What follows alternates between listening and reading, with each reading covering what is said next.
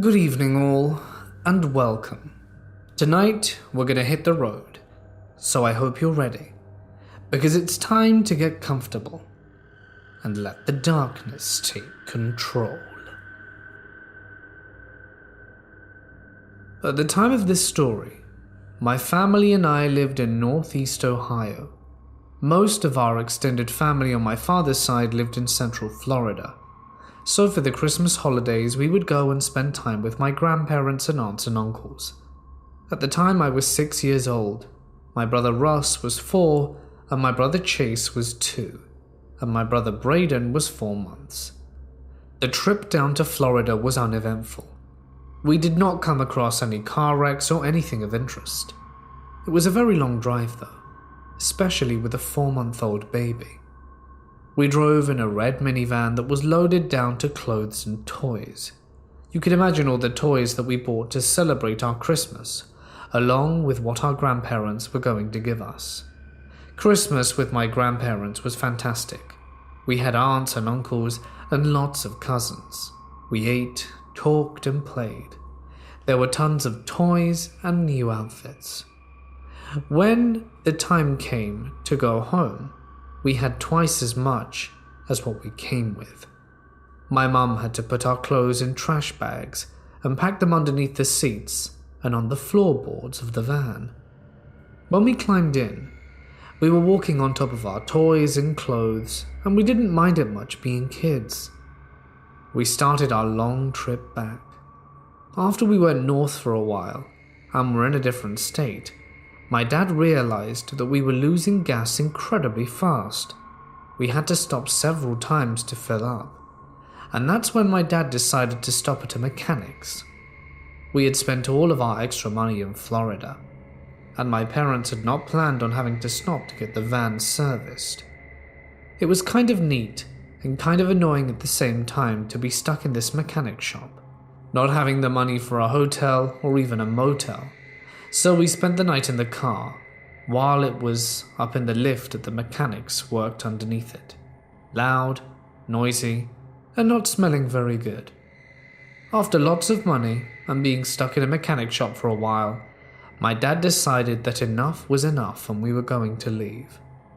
A lot of improvements had been made to the van, but the main problem was not fixed. Back on the road, we finally made it to the Smoky Mountains. It was beautiful considering that it was Christmas time, and there was pristine snow on both sides of the highway. It was very early morning, and we had just woken up. We were in pajamas and odds and ends of clothing. My brother Chase was wearing his coat and a pair of sweatpants. Ross only wore a pair of sweatpants, and I had a pair of corduroy pants, socks, and a t-shirt. My mum had opened the bag of M&Ms that had been sitting between her and my dad while they were driving down the road, periodically handing us back handfuls of bright candy. I had climbed up to the middle seat where my brother's car seat was, slid in, while he went to the back to sit with Russ. Since I was in the middle, I had to give candy to my 2 younger brothers. It was odd because the candy coating was melting, leaving yellow and green smears all over my hands. It was the 80s and we weren't wearing seatbelts. My mum had just finished feeding Braden and set him back in the car seat, not bothering to buckle him up either. It's important to note that my brother Chase did not talk a lot. In fact, he only spoke when he really wanted to, which was quite rare, and this made all of the situation so much more shocking. We were rolling along in relative silence when my brother Chase yelled out, "Fire!" Everyone in the car quickly turned to see the orange and yellow flames in the back window. My mother quickly turned to my dad and quietly said, "Kevin, we're on fire." My dad started tapping the brakes to slow down, turned on his turn signal and tried to get us out of the right lane to the left lane so that we could stop. He looked at my mum, and I remember him saying in a hushed voice, "No brakes." At this point, other cars had begun to slow down with us and had started to honk on their horns to get our attention to let us know we were on fire. My dad continued into the left lane and nudged the guardrail, which startled us all. He was using it to help us slow down, since our brakes had long since burnt off and were probably laying in the middle of the highway somewhere. We had slowed down some, but were not slowing down enough. In my mum's mind, she saw us all perishing. She made a decision that to this day still shocks me. She opened her car door and leapt out. All of a sudden my mum was gone. I couldn't see her, and then the sliding door opened with a fierce crack. It promptly fell off and hit the road. My mum, being the superwoman that she was, leapt over the top of the door and continued to run alongside the van. The woman was running next to a moving, flaming vehicle. As we slowed down, the flames had become much higher. Now they were starting to encircle the van. They had slowly crept up from the back window around to the sides where the sliding door was, and were almost at the front doors. My mum was faced with a wall of fire between her and her children. She later told us that she couldn't see much through the flames. What she did see were the bright colors of Chase's coat. She reached through the flames and grabbed my little brother and pulled him out. She then threw him on the side of the road. He bumped and skidded along the soft shoulder of gravel. And a few moments later, my dad was able to get the car stopped by bumping the guardrail. And now that my mum's door was shut because of the guardrail and the wall of fire that I saw out the sliding door, I had no way out. My dad threw open his door, and I saw my chance. I grabbed his broad shoulders and hung on for dear life. As he jumped out the van, he inadvertently dragged me along with him, pulling me over his seat. Boy, was I lucky. When he ran around to the side of the van, I slid off of him. I looked for my mum and saw her running down the mountain. I climbed over the guardrail and began to run to her and yell for her, and she turned and yelled at me to run.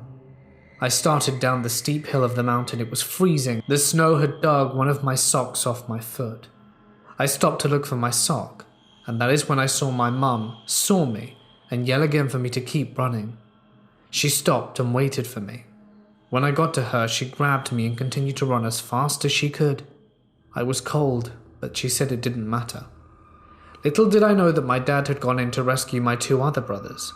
When he reached the side of the van where the sliding door had been, he was met with the same thing my mum was, a wall of fire. He knew that Braden's car seat was just beyond the flames. He reached out and grabbed my infant brother as the fire engulfed his car seat. My brother Russ had made it from the back seat to the middle and then to the front seats, and my dad told him to jump as the flames overtook the van. Turning to make his escape and jump over the guardrail, my dad reached behind for my brother. To his surprise and horror, my brother wasn't there. He turned and saw my brother still standing between the two front seats, so he did what any dad would. He reached through the fire once again and grabbed my brother by the back of his sweatpants. He yanked him out, threw him over the shoulder, quickly turning and putting one leg over the guardrail to make a dash for safety. The van exploded. The force knocked my dad over the rail and put him and my two brothers in the snow. He was able to keep hold of his sons and run.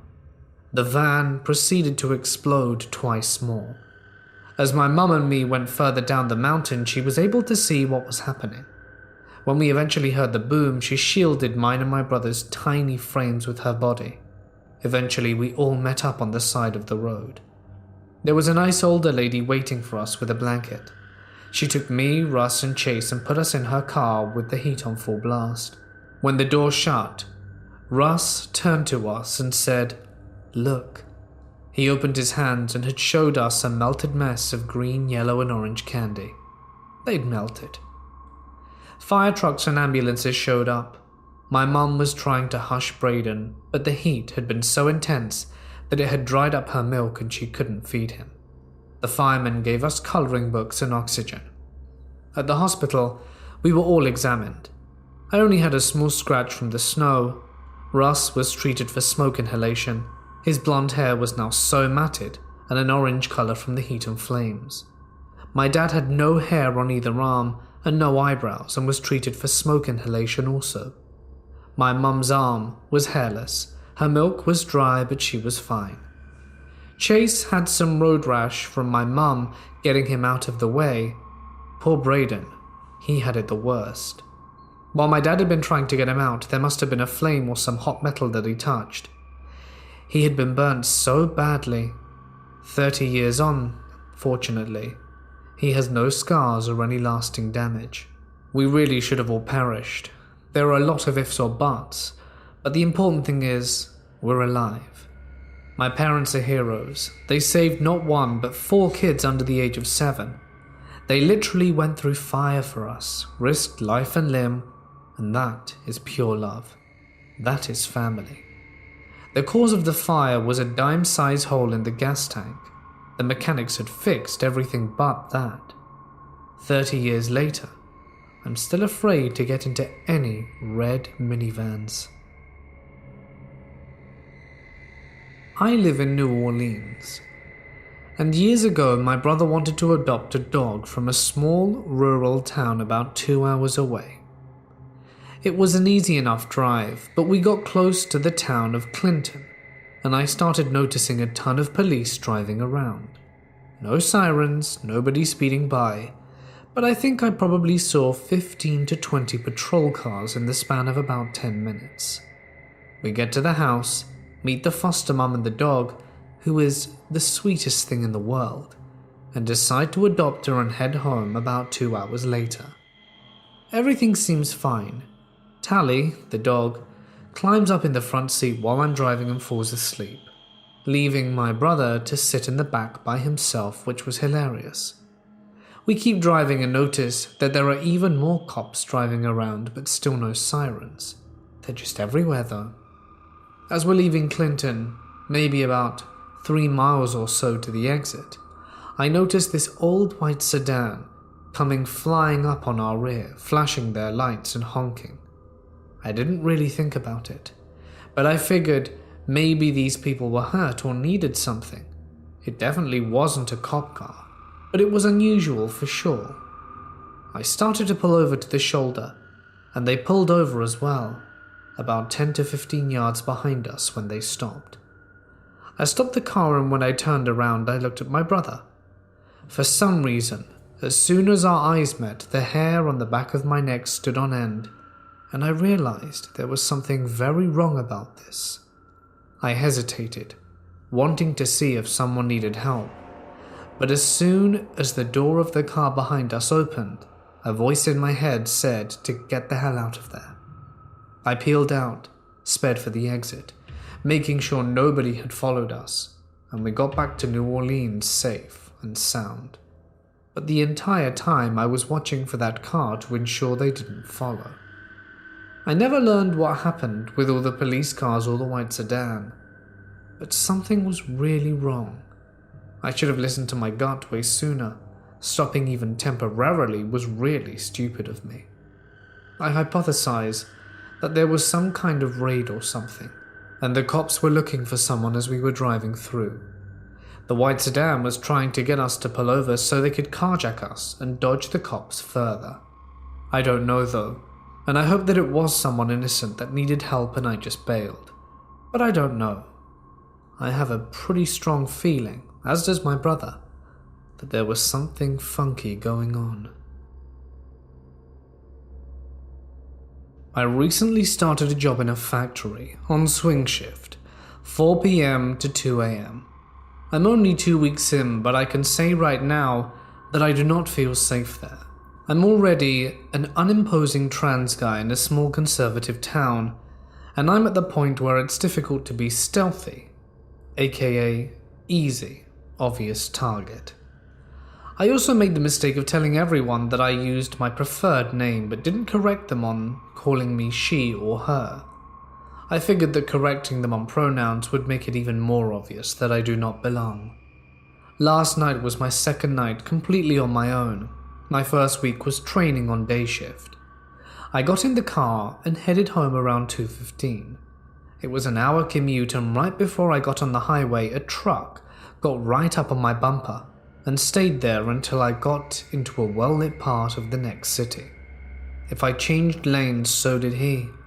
He kept his brights on the whole time, and he disappeared for a bit, and I hoped that he was just being an arse and that was that. I made my way across the city without incident, until I turned off onto the scenic route home from there.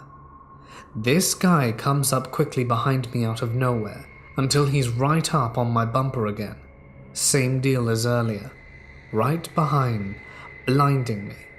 I was definitely panicking at this point because no one else is on the road, and I know I'm the only one at work that lives in this town.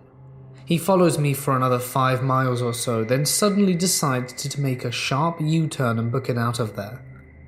I drove home as calmly as I could, drove around the police station a bit before finally going home. They didn't follow me the whole way. They must have gotten impatient after that half hour. I couldn't sleep at all, and I do not feel safe going to work after that. I've tried calling human resources, but no one answered the phone. I don't have anyone else's number at work, and at that late at night our small town police stations aren't even open. Anyone with advice, it would be greatly appreciated. Back in college, I took a road trip from Philadelphia to Washington. I was driving through the Midwest, but I can't remember where exactly. I drove through the US multiple times, and I can't remember if this happened on the upper or lower routes I'd taken. If I had to guess, I'd bet that it was Wyoming. It was late at night on an empty road.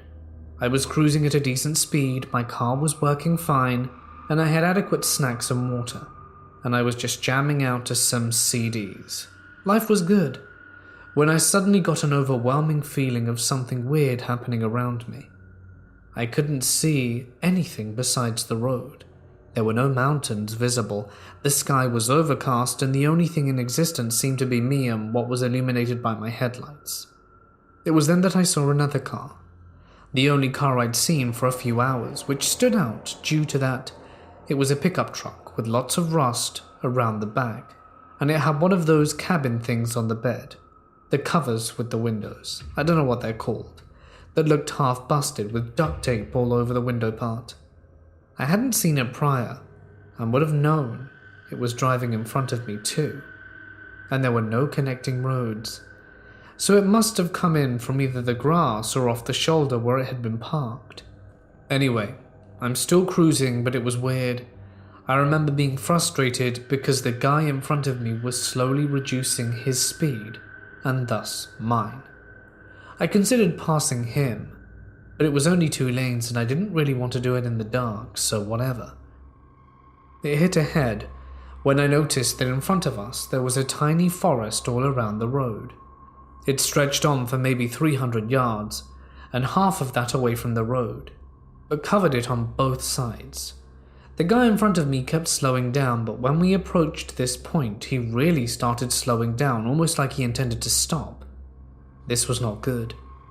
I suddenly passed him and sped up like a bat out of hell, putting everything in my trusty Crown Vic into action.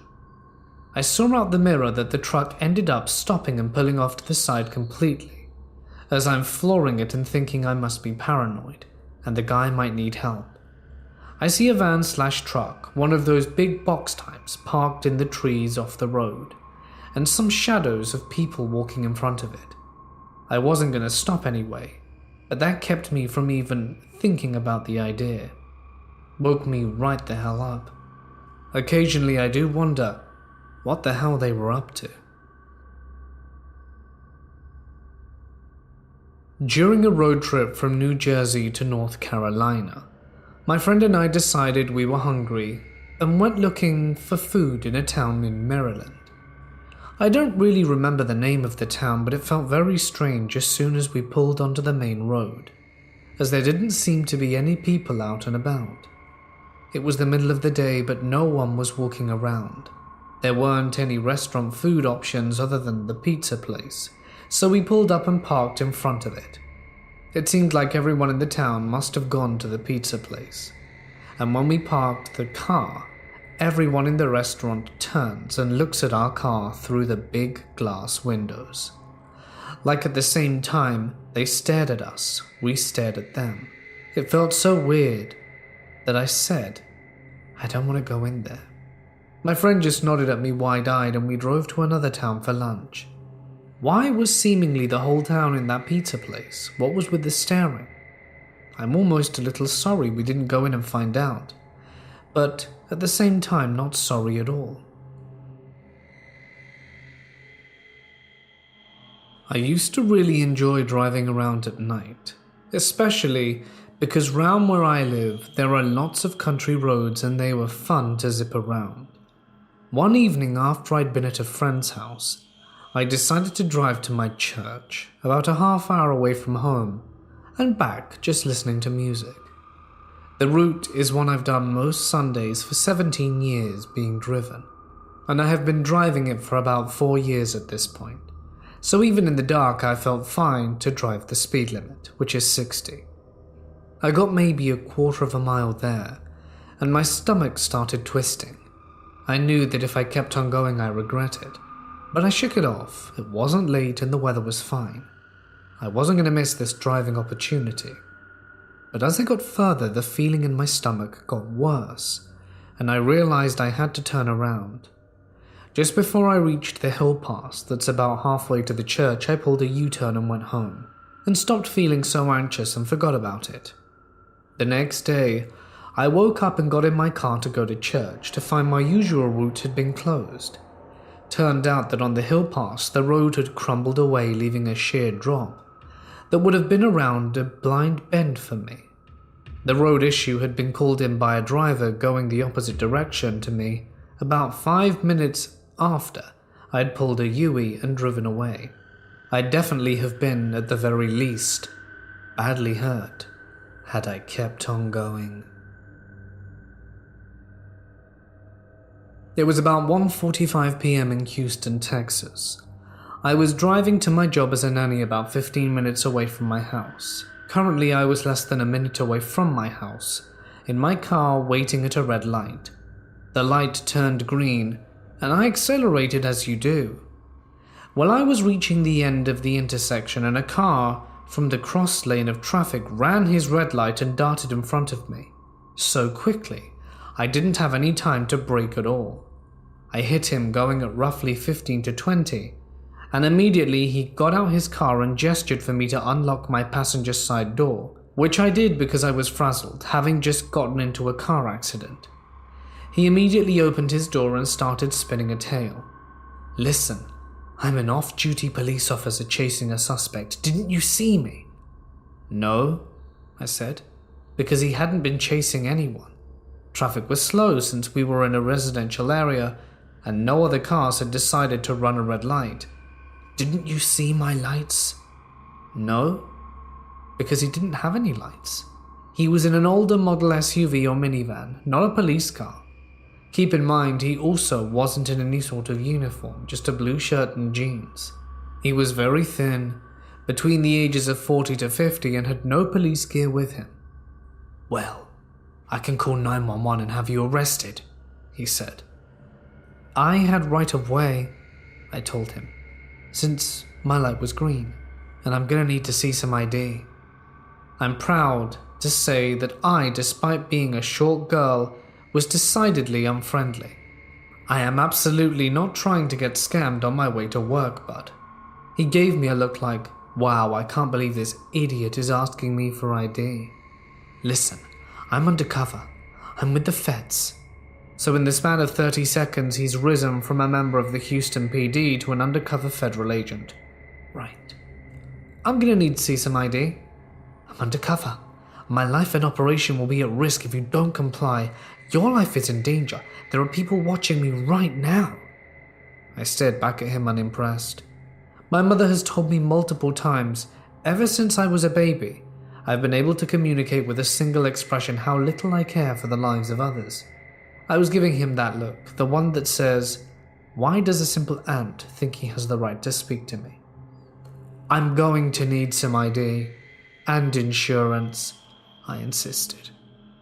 Now, having apparently given up, he noticed that my purse was on the passenger seat. Keep in mind he's leaning through the passenger door, which I had foolishly unlocked for him. Having thought this was going to be a normal car accident, he reached for it now, grabbing the canvas of the bag as opposed to the leather handle. "I'm gonna need this," he began, but I interrupted, grabbing my purse in a death grip. I may be small, but my grip is about the same strength as a pit bull, and there's no way I was gonna let him hit my car and then have the audacity to steal my purse. "No, you don't," Yes, I need to see ID so that I can report you. I don't even remember what bogus lies he told me. He was rambling at this point. He told me something about pretending to be a pimp. He needed me to pretend to give him money. His family was at risk. I don't know. At one point, he almost looked close to tears, which frankly was a bit much. There is absolutely no reason you need my purse, and you will not be getting it. You can't have it. If you're a federal agent, give me ID. I was gripping my purse so firmly my fingers were turning white from pressure. I kept glancing at where my cell phone was in the cup holder, but I didn't think I'd be quick enough to grab it and dial for the real police before he took it. He didn't ever try to jerk it from my grip, which is probably good because I would have straight up lost it to him. My car was still on and still drivable, and I'm not even joking when I say that I would have run his dumb ass down. He finally let go. Fine, let's meet at the nearest gas station. The one across the street? I asked. No, the one down the road. Can I trust you to meet me there? Yes, of course, I lied unconvincingly. I'm a good liar, don't get me wrong, but I wasn't even trying to act like I was going to meet him. I just wanted him to get out of my car.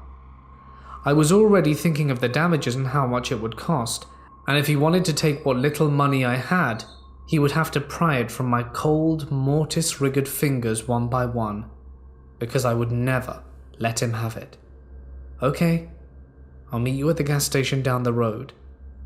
Can I trust you not to go to the police? He said. Yeah, fine. He finally left, entered his vehicle and started it up. He tried to have me go first, but I was having none of it, and I gestured him, and he gestured me, and I was still wearing that absolute deadpan face. I was already on the phone with the police when he turned down the street that led to the gas station, and I obviously passed him and drove straight to the nearest police station as the operator advised me. I actually wasn't scared during this process. I'm someone who tends to get unnaturally calm during a crisis, but I was completely calm while making the statement with the police not 20 minutes later. But of course, as soon as I walk out the police station, I just broke down sobbing. I wouldn't say this is the scariest thing that's ever happened to me, but it was scary because I'd recently moved to Houston, and all my family and extended family lives in Washington state, so I felt alone. I live with my aunt and cousin, but I have 3 siblings and 15 cousins and 17 aunts and uncles and a whole host of extended family in Washington, and I never realized how safe I felt in my small town until I was almost robbed in the big city. Also, since I'm paranoid and listen to a lot of true crime media, I parked my car a few streets over from my house and walked home. He had mentioned something about me living in the neighborhood that was within walking distance of the car accident, as well as trying to convince me I knew him somehow, which was strange. And also stupid, as I legitimately don't know anyone in Houston. In any case, I'm grateful that nothing more happened with this incident. Thank you for listening, and beware of dumb drivers that hit you with your car and then try to take things from you. Remember, you can always ask a cop for ID, and do not let anyone take anything from you without there being good reason for it.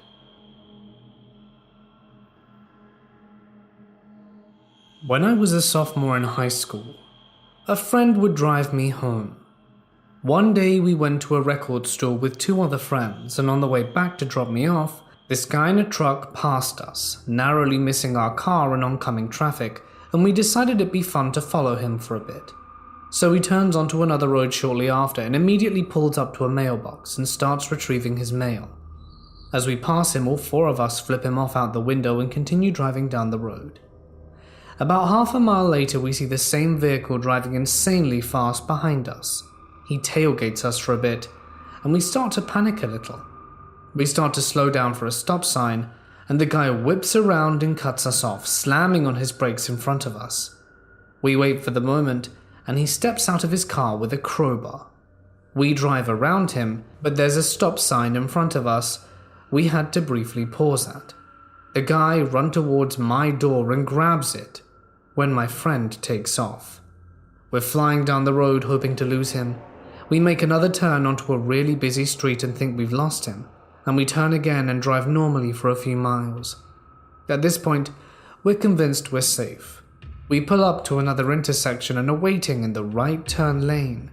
We look behind us, and 2 or 3 cars away is the same dude, in the turning lane flashing his headlights on and off.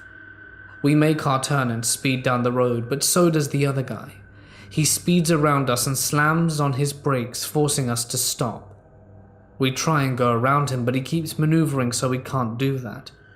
Eventually we stop and I say something stupid like, maybe he just wants to talk to us. So he's straddling both lanes of the road, gets out of his car with his crowbar in hand and a terrifying look on his face. My friend drives off the road, gets around the dude, and we speed away. Of course he does the same and is driving like a maniac, but so are we, and we maintain a bit of lead on him. We make another turn and there's a school bus in front of us, just about to stop. We speed around it just in time for the bus's stop sign to extend, and for some reason the dude actually stops behind it and we speed off. We were close to another friend's house, so we pull into their driveway and into the open garage. We're all terrified at this point, so we run inside and watch out the window for this guy. He drives past the house, but thank goodness we were parked in the garage so he didn't see the car. Moral of the story? Don't mess with people. They may be crazy. My friend and I decided to go on a late night drive to find this creepy cemetery one night. Great start to a story, I know, but we were bored and in a small town with nothing else to do. After about 40 minutes of driving, we got to the state park. Now, typically, parks are closed after dark, but these roads were still public access, so they weren't off limits to general drivers. However, we were the only ones on the road at this point, and it was isolated, we thought. The lanes were surrounded by thick trees and it was dark. No street lights, kind of dark. We were on a narrow dirt lane looking for this cemetery, but we drive by it unknowingly. The area we were driving through was kind of like a square of roads with only one way in and out. We get to the crossroads, where the road we are on goes straight through, or you can continue back through by a left turn only. Next to the ditch across the road from us, we see a dark green sedan pull into the brush. No lights on, no people around. Not an accident from all we could tell. Whatever, kind of weird. But we slowly turn left and begin the loop back around looking for the small rows of old headstones again. As we get back around to the intersection about 5 minutes away, the green sedan is still pulled off in the bushes, but now it's not only the vehicle there. There's a big pickup truck idling in the dark across from us, blocking the straightaway. Now, it had to have come from the other direction since no cars passed us, or in front or behind us. That was the way we had planned to go, to leave the park since we hadn't found what we had been looking for, but we couldn't pass through. This truck was in the middle of the road, taking up all the space on either side.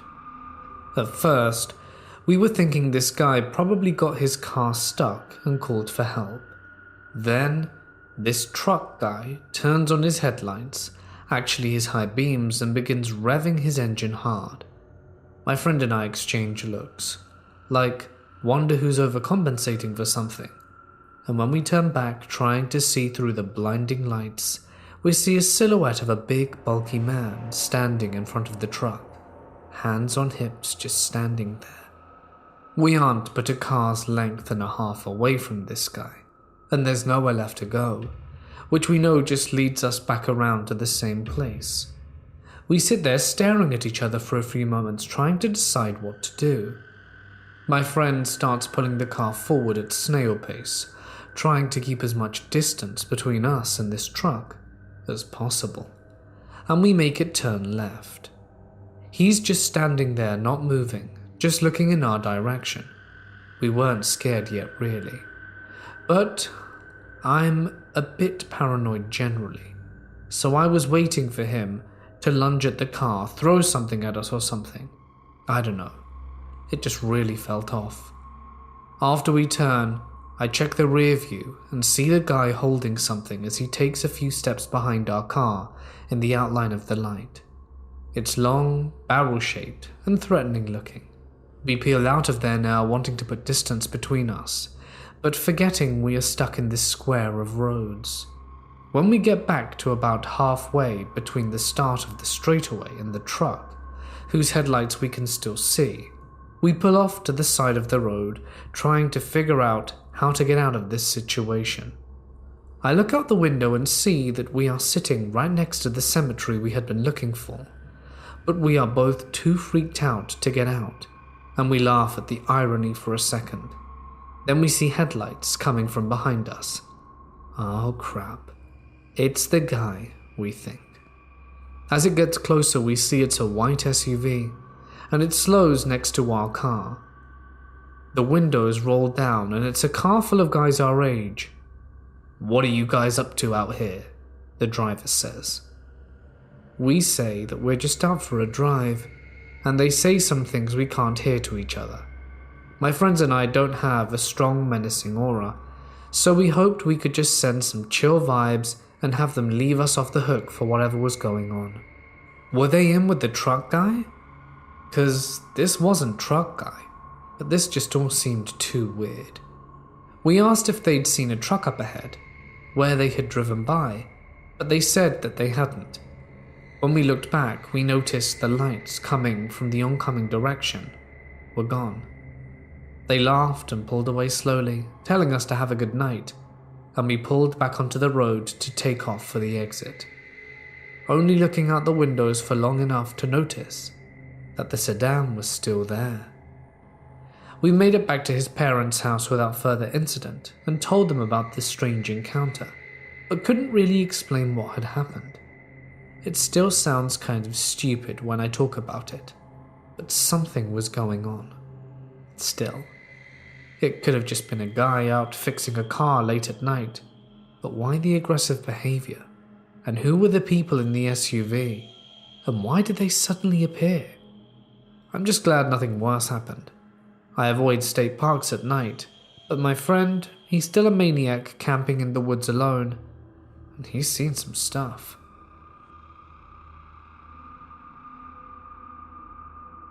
My best friend and I went to see Star Wars Episode 7 with her cute brother. They were super close, and eventually we got to all hanging out as much as we could. We were all dressed up tastefully as grown adults. My bestie toted a Jedi look. Her brother pulled off a solid Han Solo, and I pulled off a close and well-done Rey, minus the hair. None of us broke bank. We went to the theatre and had a blast. It was the first or second night of showing, so it was slammed, and we probably got out just before midnight. I carpooled back to my bestie's apartment where I took my car to go home, as I live about 20 minutes from her place. It was about 1:15 midnight when it happened. I was about 5 minutes from her house when, within a split second of registering, a white blob came from nowhere and slammed into my windshield. Whatever it was splashed across the entire windshield because it was so large. For some reason the lights were off for that section of the street, the only real lighting offered by the vibrant gas station lighting a minute back. Shaken up, I couldn't see through my windshield, but I was afraid to stop, and I couldn't see to turn around and get to the well-lit gas station. The best option I had was to crawl slowly and prayed I hit nothing. I was coming up to a cement median, so I used that as a guide through my driver window. The windshield wiped enough after a solid minute or two of running the wipers continuously. I hit the red stoplight at the end of the strip, where I promptly texted my bestie that I'd been hit by something that impacted my vision, where she promptly offered to send her brother right away. The white stuff was cleared off my windshield significantly better, so I was okay driving home. Because of where I was and the fact the light was out, there were no cameras. I didn't think of calling the police, or that it could have done any good. When the blob came out of nowhere, I couldn't remember if I was by any vehicles or not. I was so tired from spending the day with them and getting out of that movie late, to where I still don't know half of what happened. I know it took a few weeks for some of those spots to wash off the glass. I told my mum in the morning, who freaked out and told me that I should have called the cops. Apparently, when the windshield fluid was cleaning the white stuff off my window, it actually made it worse. This was an ongoing trend for gang initiations, to do things like this to victims. I called them and logged a report, and roughly when it happened, but never heard from them again. Another tactic was laced paper with narcotics that make you pass out from touching it. In any case, I learnt my lesson. Always call the police when something weird happens to you. Oh, and if you get hit with white stuff, do not use the windshield fluid on it. Hey guys, it's Mort here, and thank you so much for listening. Hope you enjoyed tonight's video. It was a fun one. The fire one especially got to me. That is really dangerous. Anyway, I hope that you are all well. And if you like the video, you know what to do. As always, a huge thanks to my lovely patrons whose names are on screen now. And if you're interested in becoming a patron and joining and getting cool perks for doing that, feel free to check out the link in the description. And if you've got a scary story of something that's happened to you, you can also find the link in the description to send it to me. That's all you need to do. Has anyone else been watching Avatar: The Last Airbender? Me and my wife have been plowing through it, and we're now on the 3rd season. I really like it. Brings me back to my childhood. She never watched it, so it's good that she gets to see it. And it's all fresh for her.